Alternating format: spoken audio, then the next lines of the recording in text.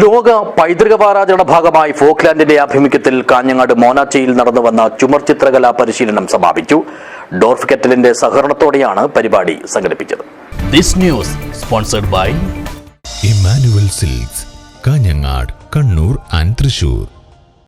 സ്ത്രീ ശാക്തീകരണം കലയിലൂടെ എന്ന ലക്ഷ്യം മുൻനിർത്തി നടത്തിവരുന്ന വിവിധങ്ങളായ പ്രവർത്തനങ്ങളുടെ ഭാഗമായാണ് ഫോക്ലാൻഡ് കാഞ്ഞങ്ങാട് മോനാച്ചയിൽ ചുമർ ചിത്രകലാ ശില്പശാല സംഘടിപ്പിച്ചത്.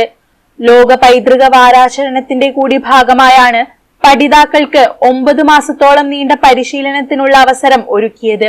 ഡോർഫ് കെറ്റലിന്റെ സഹകരണത്തോടെ നടത്തിയ പരിപാടിയുടെ സമാപനം പ്രശസ്ത ചുമർ ചിത്രകലാകാരൻ KR ബാബു ഉദ്ഘാടനം ചെയ്തു.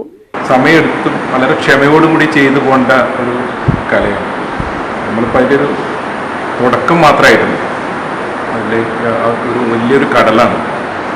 അപ്പോൾ നിങ്ങൾക്കറിയാം ഇതിൻ്റെ ബുദ്ധിമുട്ടുകൾ, അതിൻ്റെ ചെയ്തിരിക്കുന്ന ഒരു ദിവസം അതിൻ്റെ ഏതാണ്ട് കളറും എങ്ങനെ അത് ചെയ്യാന്നുള്ളതിൻ്റെ ഒരു രൂപം മാത്രമേ. ഇനിയിപ്പോൾ നിങ്ങൾക്ക് എവിടെയെങ്കിലുമൊക്കെ ചുമർ ചിത്രങ്ങൾ കണ്ടു കഴിഞ്ഞാൽ തിരിച്ചറിയാനുള്ള ഒരു ഇതായി.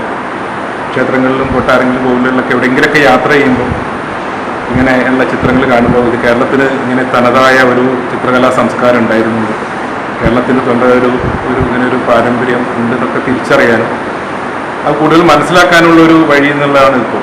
ചടങ്ങിൽ Folkland chairman doctor V Jayarajan അധ്യക്ഷനായി. പരിശീലനം നൽകിയ ചുമർ ചിത്രകലാധ്യാപിക പ്രിയ ഗോപാലിനെ ഉപഹാരം നൽകി ആദരിച്ചു. സുരേഷ് മോനാച്ച, രജിത രാജൻ, രാകേഷ് രാമചന്ദ്രൻ തുടങ്ങിയവർ സംബന്ധിച്ചു.